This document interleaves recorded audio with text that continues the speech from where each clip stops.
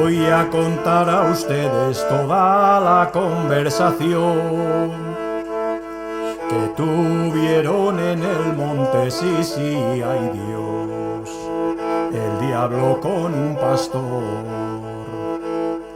para poder engañarle con su destreza y su maña. Se presenta al buen pastor, sí, sí, ay Dios, y le dice estas palabras: pastor, que andas por el monte tendido por esas brañas, pa' que no te pique el sol, sí, sí, pastor, ven conmigo a mi cabaña. En la cocina era un lugar en el ámbito rural que no solamente se preparaban los alimentos, sino que también era el lugar donde se reunía la familia. Aquí, por ejemplo, tenemos representada una cocina de yar. La palabra yar significa humo, hogar, lumbre, que era donde se realizaba la lumbre, bueno, pues para cocinar y para calentarse. No es lo mismo hogar que casa de humo, por lo menos aquí en la zona de Riaño. La casa de humo era donde se habitaba, y el hogar en algunos sitios se conocía como aquí la hornera, que era donde normalmente se amasaba, había el horno, y donde se ahumaban la matanza. Y la casa de humo era donde realmente se vivía. Las cocinas, el solado normalmente era de tierra pisada. Era de tal manera que a veces hasta brillaba de cómo la tenían, bueno, pues, de limpia y de bien cuidadas. Luego en el centro, normalmente, de la sala, pues elevaban un poco y ponían unas piedras. Depende de la zona, podían ser lajas o, como en este caso, pizarras. Había bastantes tipos de casas de humo. La más antigua, o quizás la más sencilla, era un habitáculo solo, era un rectángulo, por decirlo de alguna forma, donde habitaban los animales y las personas. Y el resto era todo donde estaban los animales, separados también por tipos de animales. Las vacas en un sitio, el cerdo en su sitio, las gallinas por todos los sitios.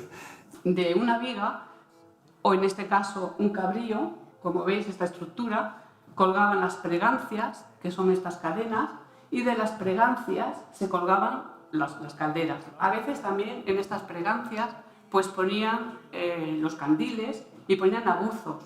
Los aguzos, bueno, pues son ramas secas de urz para hacer las escobas, y estas se utilizaban pues para iluminar la vivienda, en este caso la cocina. Andas por el monte tendido por esas brañas, pa' que no te pique el sol, sí, sí, pastor. El fuego no solamente se desarrollaba activamente, sino también pasivamente. Activamente era, bueno, pues haciendo la lumbre, etcétera, y haciendo la comida. Y pasivamente era pues porque daba calor a la estancia. Para hacer la comida necesitábamos pues varios útiles, digamos. Por ejemplo, tenemos las trébedes, que sería, bueno, esta es alargada, pero lo normal también es un aro, es de hierro, un aro redondo con 3 patas, por eso se llama trípode. Esto era para poner la sartén y no quemarse un poco las cejas mientras que estabas friendo los huevos. Los arrimapucheros, que sería esta pieza que era, como su nombre indica, para arrimar el puchero a la lumbre. Luego tenemos las tenazas. Este tipo de útil pues era para coger los tizones y colocarlos bien si se salía alguno de la lumbre. Y esta otra, bueno, pues esto es el fuelle para avivar el fuego.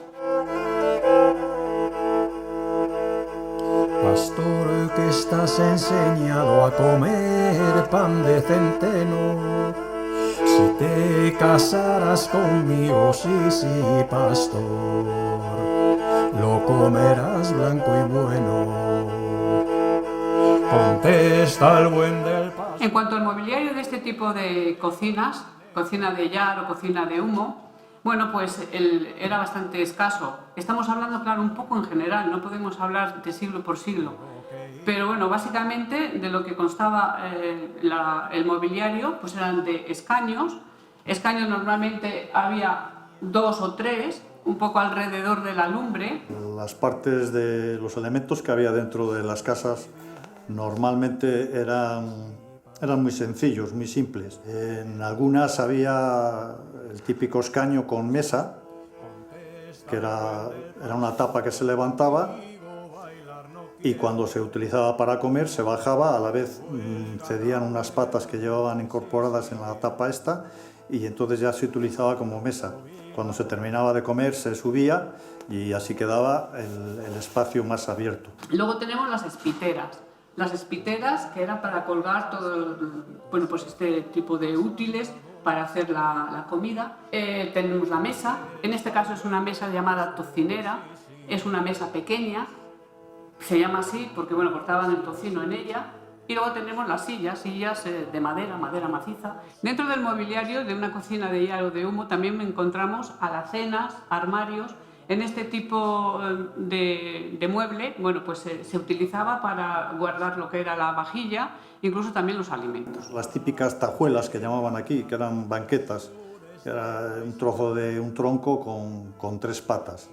Las sillas se conocieron ya muy adelante, entonces los asientos que eran esos. Luego el típico arcón, que tenían 2 arcones, uno era para la ropa y otro era para elementos. Y luego tenían unas simples lacenas pequeñitas o tipo baldas, que era donde tenían los utensilios de cocina. Dentro de los útiles que se utilizaban en la cocina de Llar, que estaban hechos de cerámica, bueno, pues estaba la jarra del vino y también teníamos la aceitera. Y luego tenemos la tinaja. Estamos en una época que no había agua corriente. Entonces lo que hacían era traer el agua en calderos, la metían en la tinaja, se iba sacando pues para hacer la comida y también incluso para el aseo personal.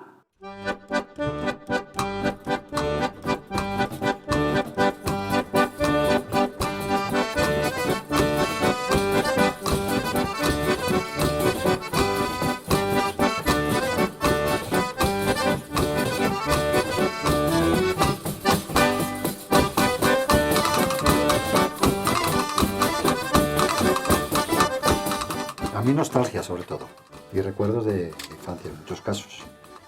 De alguna forma, pues este tipo de espacios, pues en casa de mi abuelo, pues yo los viví. Había una gran cocinona, pues ahí, aunque ya era un uso ya casi secundario, porque sobre todo era los días de la matanza, los días que se utilizaba realmente ese espacio. Yo recuerdo la cocina de carbón de mis abuelas, que las dos tenían la cocina de carbón y recuerdo el ir a la carbonera a buscar el carbón para prender la cocina y esas tortillas o esos huevos fritos que se hacían en esa cocina. Esos cocidos así de... ¡Qué rico, por favor! Los primeros recuerdos que tengo son allí era la cocinona o cocina vieja de mi abuela y la verdad un lugar bastante sombrío, oscuro, negro como este. Y no me atraía especialmente, me gustaba mucho más entrar en el desván, que era donde había trastos, porque ya por aquel entonces, cuando estamos hablando de los años 70, se utilizaba ya solo para colgar la matanza, a curar. Como además era un crío y había fuego, pues no era el sitio más idóneo para que anduviera un chaval por allí suelto. Pues a mí me parece igual como el que vivo en mi país, sobre todo en las casas de mis abuelos. Y encima, aquí en la cocina parecida a estas, donde podemos desayunar sobre todo y juntarnos para calentarnos en invierno. Es parecido a esto y es un buen recuerdo. Lo que pasa es que aquí se conserva mucho, que allí no se conserva bien como aquí en España. Aquí se conservan mejor las cosas. Bueno, pues a mí estos lugares sinceramente me retrotraen a mi infancia, a mis primeros 18 años. En Casares, en el pueblo donde nací. Del escaño, de dormir la siesta en el escaño, de la calefacción, la bilbaína encendida todo el día y calentándose bien, y no salir desde la cocina porque te lavas, y los buenos recuerdos en familia, cantando y contando esas historias de antes que ahora pues se pierden en el olvido con aquellas gentes que ya no están con nosotros. recuerdo que se me viene a la memoria de este tipo de estancia, era en una casa vieja, muy vieja, que tenían que era de los bisabuelos. Y tenían una cocina muy grande, con un horno inmenso, o igual es que como yo era pequeña, el horno me parecía más grande, pues con un horno inmenso, y allí estaban las maseras olvidadas porque no eran nada más que trastos viejos, ¿sabes? Y claro, todas estas estancias les pasa lo mismo, son cuartos oscuros.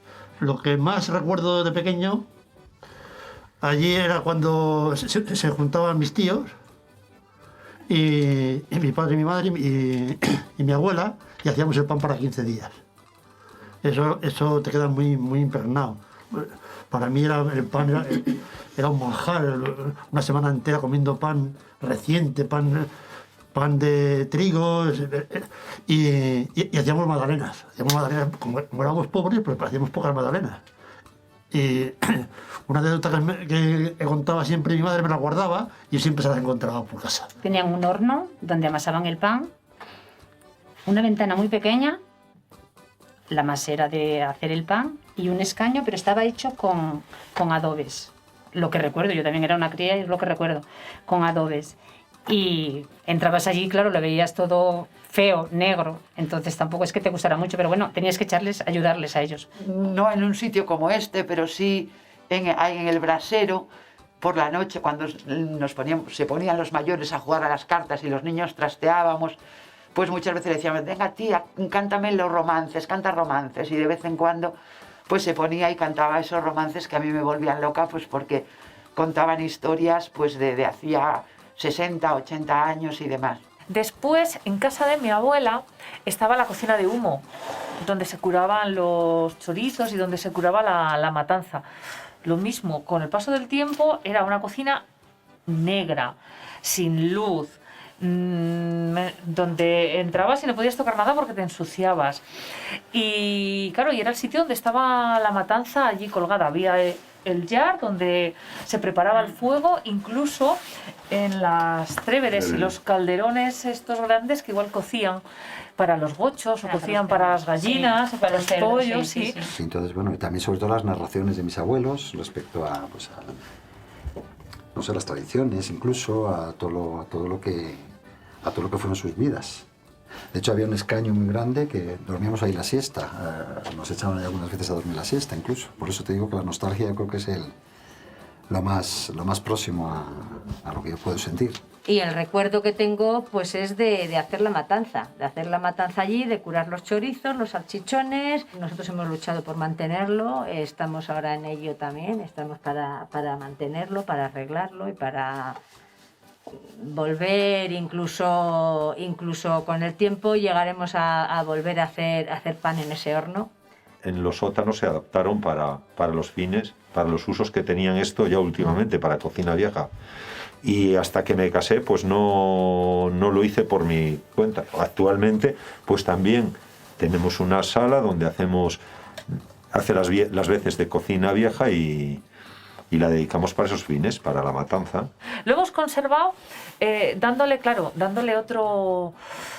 otra estética tal vez y otro uso y adaptado a los materiales modernos, pero todavía siguen estando vigentes, siguen estando en uso todavía este tipo de cocinas. Igual no con este aspecto tan bucólico, claro, ¿sabes? Pero sí que todavía se mantienen y todavía las conservamos y siguen siendo lugares de trabajo.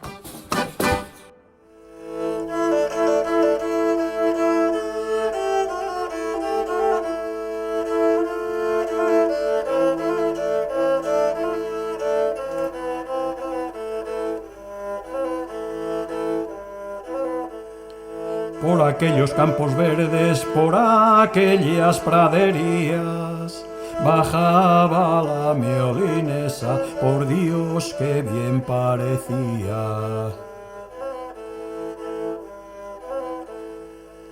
Con el vuelo de la falda todas las flores cogía, miraba de un lado al otro por ver si alguien la seguía. Vio venir a un caballero de amores, la pretendía.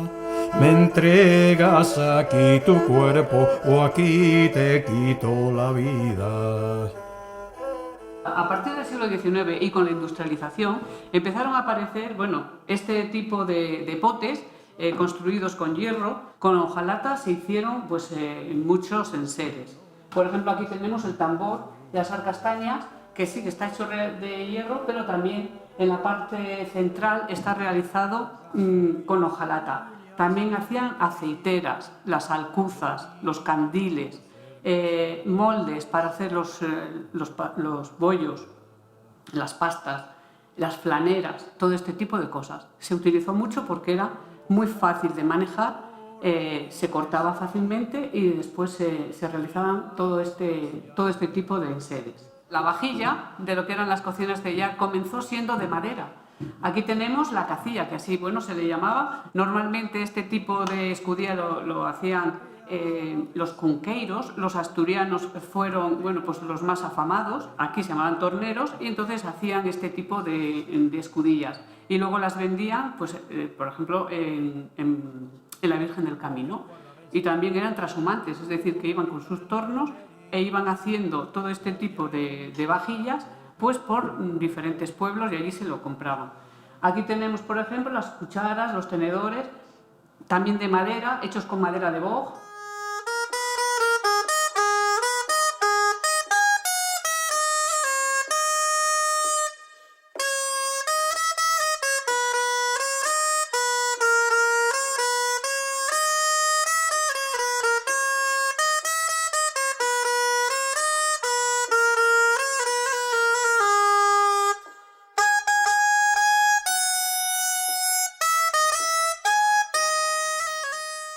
Un pueblo que olvida su pasado es un pueblo que no tiene futuro.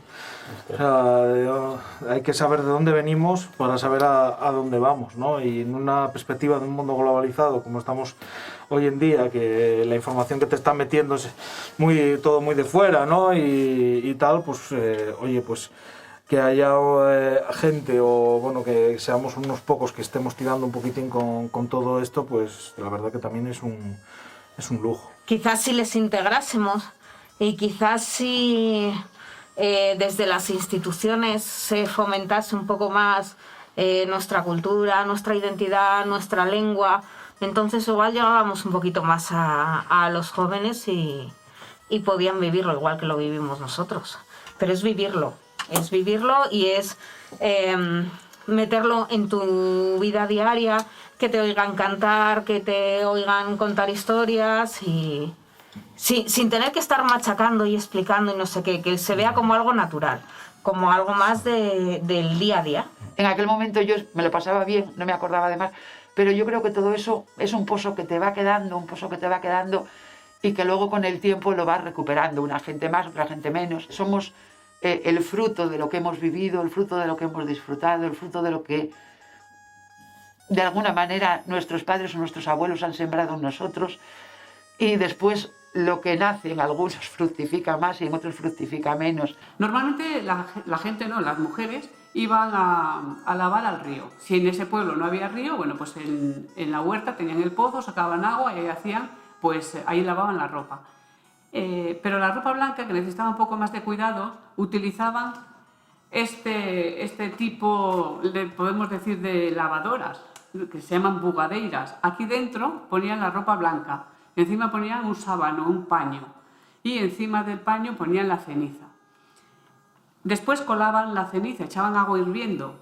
Entonces la ceniza tiene unos potasios que lo que hace es blanquear la ropa. Es como una especie, de lejía. Entonces esta es la palabra que todavía hoy conservamos hoy en día, ¿no? Que es ir a hacer la colada. Pero hacer la colada era lo que hacían nuestras abuelas y bisabuelas cuando lavaban la ropa, sobre todo la ropa blanca. Y cuando eres mayor te das cuenta de que realmente son los valores importantes. Y eso me ha llevado a que cada vez aprecie más el pueblo, la tranquilidad y olvidarme del estrés. Y me genera calidad de vida. O sea, considero que la niñez y todas las familias, todas las tradiciones quedan impregnadas. Y cuando eres mayor, vuelves a ellas. Hemos tenido la suerte de vivir el final de la época agraria con animales, hemos tenido la suerte de todavía ver trillar, ver arar, hemos tenido la suerte de ver hacer pan, como contabas tú, hemos tenido la suerte de ver las matanzas, hemos tenido la suerte de estar mucho tiempo en la calle, hemos tenido la suerte de cosas que ahora mismo han desaparecido. Tenemos una era mucho más tecnológica y a nuestros hijos, nietos o lo que venga en un futuro, pues evidentemente conocerán muchísimas cosas, pero serán unas cosas universalizadas, que lo que decimos, serán iguales en todos los sitios. Y da igual que hayan nacido en León, en Cuenca. En todas las casas pues tendrían un cerdo o dos para poder tener proteínas y no ir a comprar nada porque bueno, pues la economía no era muy boyante, ¿no? Entonces tenían en su casa 1 o 2 cerdos que mataban en noviembre y aquí tenemos, bueno, pues una pieza que se llama cambero, y en esta pieza es donde se colgaban los chorizos o se colgaba carne. Y nos podemos dedicar a hacer un montón de labores que se hacían antes y seguimos haciéndolas, adaptándolas, sí, a los materiales nuevos, a los tiempos modernos, pero continuamos haciendo eso. Y continuamos viviendo en estancias de estas.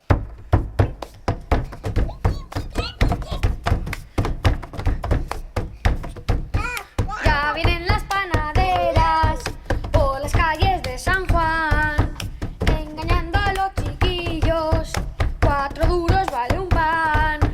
Dime, panaderita, ¿cómo va el trato?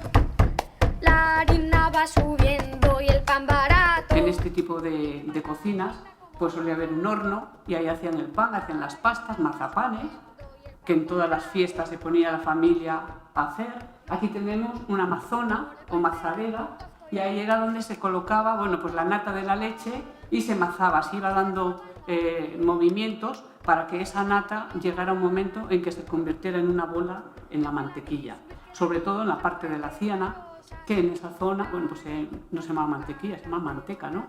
Nosotros tenemos la suerte de tener una tradición oral importante, tenemos una tradición a nivel de indumentaria fantástica que ya la quisieran otras provincias. Aquí tienen muchas, cada sitio tiene una historia, cada rincón, cada sitio donde vas. Aquí en León, pues tiene una historia que la verdad que a mí me encantaría tenerla. No la tengo igual, pero me encantaría y me gusta mucho. Tenemos, yo creo que la obligación, entre comillas, de seguirla conservando, traspasarla, ponerla en valor y que no se pierda. ¿Sabes a mí lo que me da mucha pena?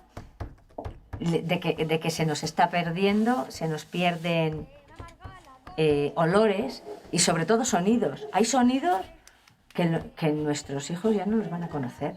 Por eso y la gente joven, más joven que yo, pues que intentan de revivirlo otra vez y aprender de lo que la gente que vivía antes estas cosas, estas experiencias. En las ciudades grandes mucha gente ya no sabe lo que es esto. En su vida han visto una cocina de leña, ni han visto una matanza colgada, y a menos un hogar, el yar, con las pregancias colgadas, las estrébedes allí, y eso no lo han visto nunca. Incluso la luna por el ventán, allí luciendo, mírala qué guapa. La harina va subiendo y el pan barato. Dime, panaderita, ¿cómo? Casóme mi madre con un pícaro pastor que ni me deja de ir a misa ni tampoco oír sermón. Quiere que yo esté en casa remendando y el cerrón. Yo reguñir y el reguñar, el cerruncico madre, en un hilubo y remendar. Este es un edificio que fue restaurado por la Junta Vecinal después de que los propietarios, que eran al menos 8 o 10 quiñones, lo donaran para el pueblo. Pues el horno se utilizaba cotidianamente para hacer el pan y era utilizado por varias familias, que después de utilizarlo cada familia dejaba la masa madre, que ahora se llama y está muy de moda, pero que aquí se llama el hurmiento, dejaban una pequeña porción para que la próxima familia que lo quisiera utilizar pudiera amasar y fermentar a la masa. Aparte era un lugar especial para la relación social del pueblo, de las familias, porque había una intercomunicación al compartir este espacio. La masera es el primer sitio donde entran en juego el agua, la harina y el formiento, que es la levadura procedente de los amasados anteriores. Ahí se quedaba reposando también la masa durante una noche y después se le daba forma a lo que iban a ser las hogazas de pan, que a veces eran unas ruedas impresionantes de 2 kilos. La mondilla era para barrer dentro del horno y acercar también la brasa a un lado de la boca para que no perdiera calor el horno. El cachaviello era para acercar la hogaza y recogerla con la falda. El estrago es esta mesa donde se depositaba para reposar, para que no perdiera su humedad. Se ponía con unos paños por encima de las hogazas y también se dejaba reposar ahí.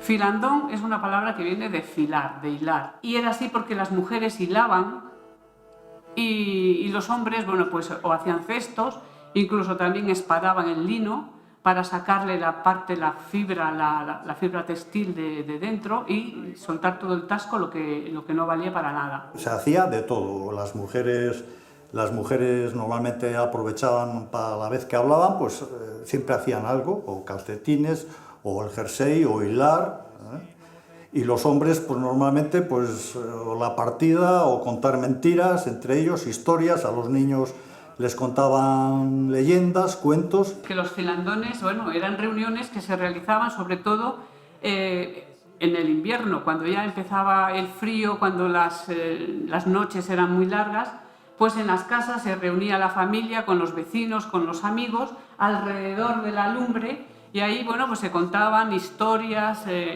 romances. Era toda la vida y la cultura siempre se transmitió en las hilas, que aquí se llamaban hilas. En muchos lugares, bueno, se llamaba filandón, pero también se llamaba filadoiro, se llamaba hilas, hila, el calechu, por ejemplo, en la parte de la Fiana, el serallo, en la Cabrera, pero que eran todo esto era al final un poco lo mismo, ¿no? Una vida que hoy estaría muy bien que se conservara, precisamente por la unión que había entre la zona, entre la gente que normalmente eran del barrio.